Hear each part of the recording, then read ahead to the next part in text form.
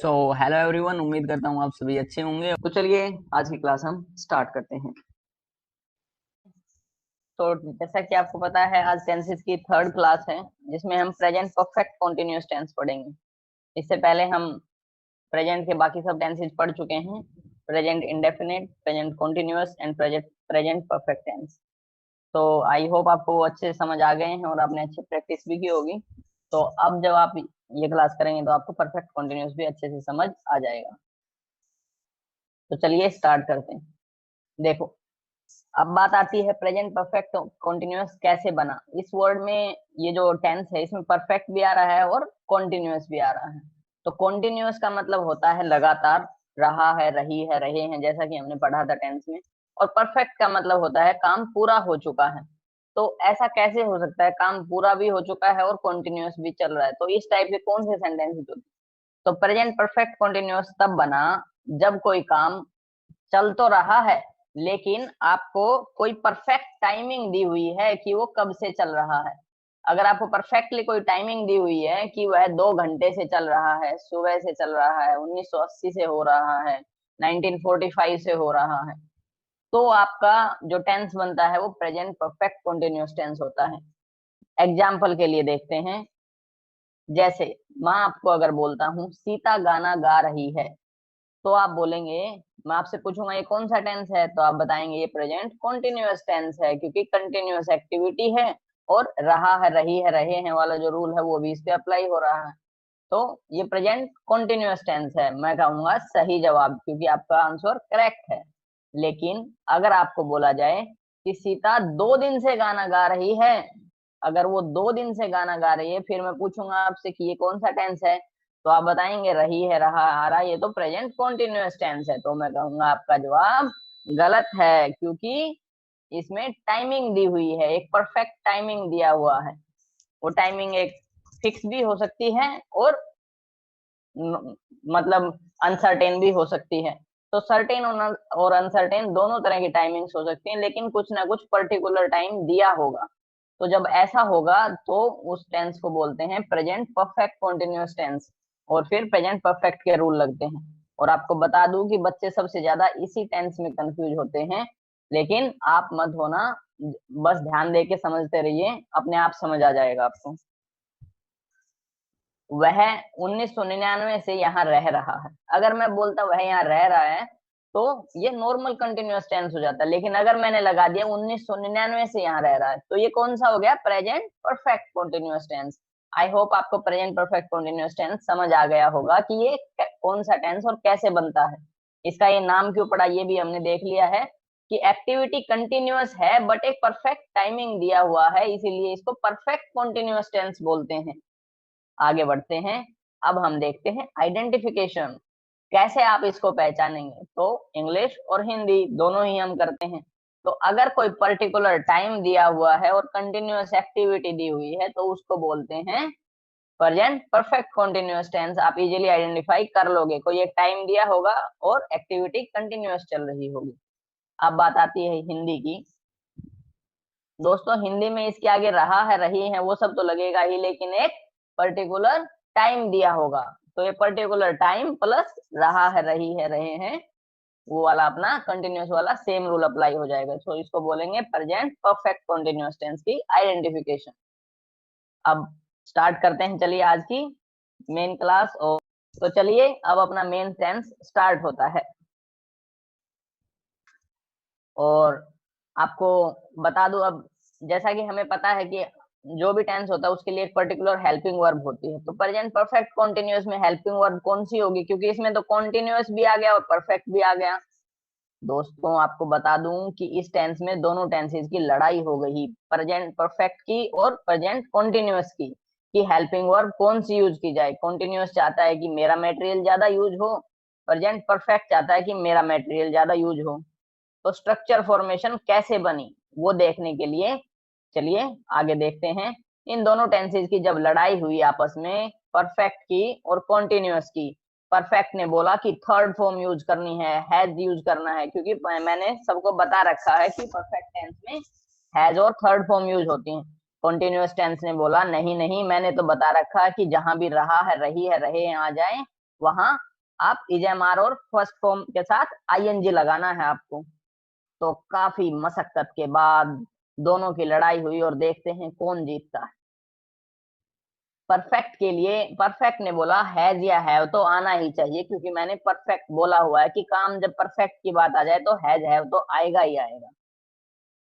तो फिर इसकी ये बात मान ली गई। फिर बोला कॉन्टिन्यूअस टेंस की वर्ब की फर्स्ट फॉर्म और आईएनजी तो चाहिए ही चाहिए, क्योंकि काम रहा है, रही है, रहे हैं, आ रहा है। तो हैज हैव यहां से लिया गया वर्ब की फर्स्ट फॉर्म और आईएनजी, इसकी बात मान ली गई। लेकिन परफेक्ट ने एक बात और कही कि मैंने ये भी बोला हुआ है कि जहां भी हैज हैव आ जाएगा उसके बाद थर्ड फॉर्म आनी ही आनी है। लेकिन कॉन्टिन्यूअस टेंस ने कहा कि अगर आप थर्ड फॉर्म लगाएंगे तो मैं मेरी फर्स्ट फॉर्म और आईएनजी कहाँ लगाऊंगा, ये भी तो बताइए मुझे।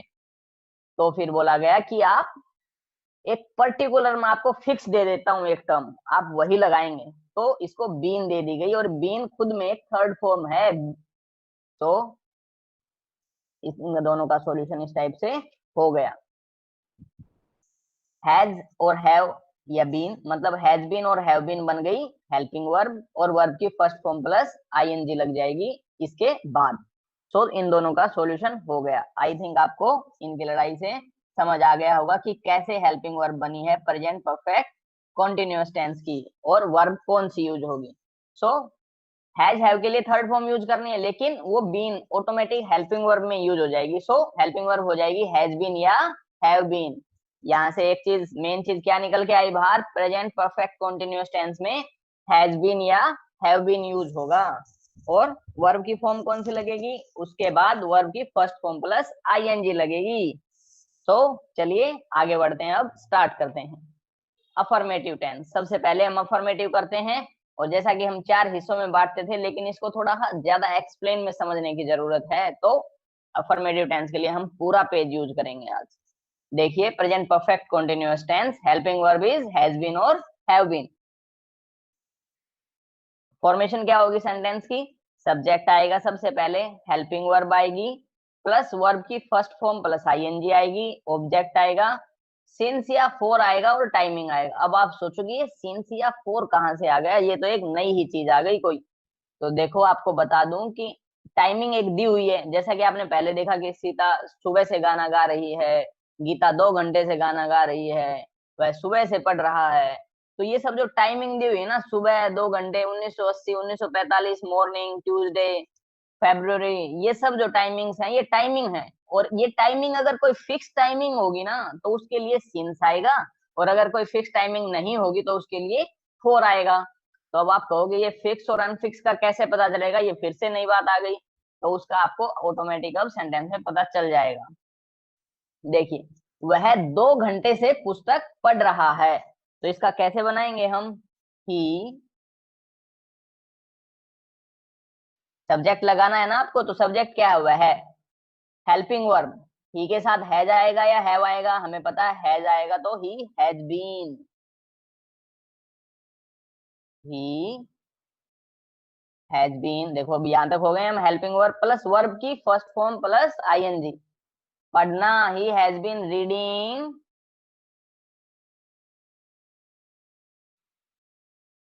फर्स्ट फॉर्म प्लस आईएनजी लगा दिए हमने, ही हैज बीन रीडिंग, क्या पढ़ रहा है, ऑब्जेक्ट लगाना है book, he has been reading the book,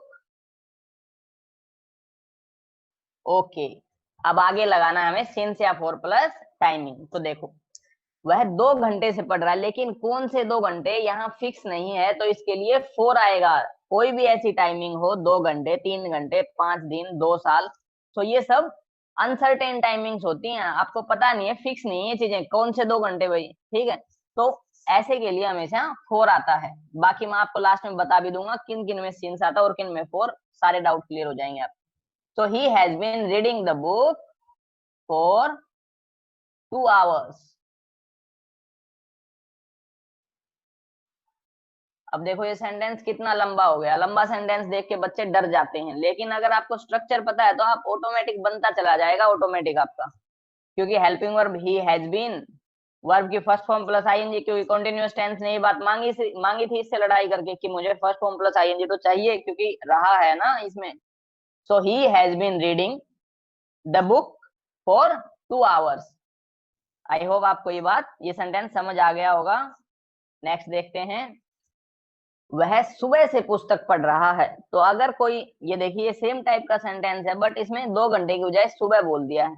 तो जो मॉर्निंग, आफ्टरनून, इवनिंग, ये सब जो टाइमिंग है ये फिक्स टाइमिंग मानी जाती है कि सुबह से अगर वो पढ़ रहा है तो एक मतलब वो आज सुबह से पढ़ रहा है, सीधी बात है। तो सुबह वाला जब बात आ जाएगी या आफ्टरनून की बात आए या इवनिंग की बात आए तो always you will use since. तो कैसे बनेगा, बाकी सब सेम रहेगा, he has been reading the book, for की जगह सिंस हो जाएगा, सिंस मॉर्निंग। तो he has been reading the book for 2 hours अगर अनसर्टेन टाइम है, अगर सर्टेन टाइम है तो सिंस। और आपको बता दूं कि इस टेंस के साथ साथ आपका सिंस और फॉर का यूज भी इसी क्लास में क्लियर हो जाएगा, क्योंकि स्पॉटिंग द एरर्स में काफी ज्यादा पूछा जाता है सिंस और फॉर। नॉर्मली जो स्पॉटिंग द एरर्स होते हैं उनमें टेंसेस की मिस्टेक्स होती हैं या फिर सिंस फॉर की मिस्टेक्स होती हैं। तो इन्हीं में से अगर आपको ये दोनों चीजें समझ आ गई तो आप इजीली आइडेंटिफाई कर लोगे एरर। तो he has been reading the book since morning. मैं 3 घंटे से गाना सुन रहा हूँ। वैसे ये झूठ है क्योंकि मैं गाना नहीं सुन रहा हूँ 3 घंटे से, और कभी शायद सुना भी नहीं होगा 3 घंटे लगाने। लेकिन जब एग्जाम्पल की बात आती है तो करते हैं। मैं, आई, आई के साथ क्या आएगी, हेल्पिंग वर्ब। आई को एज ए एग्जाम्पल हमें पता है हैव यूज होता है आई के साथ। आई हैव बीन, चलिए लिख ही लेते हैं, आई हैव बीन, सुनना को क्या बोलते हैं, verb.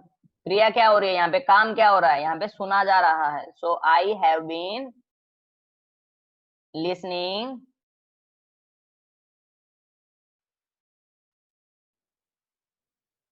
I have been listening songs. 3 घंटे, कोई फिक्स टाइमिंग सिंस आएगा कि फोर आएगा, दिमाग में घंटी बजेगी आपके कि 3 घंटे, तो अनसर्टेन टाइम है, पता ही नहीं है कौन से 3 घंटे। So I have been listening songs for for 3 hours.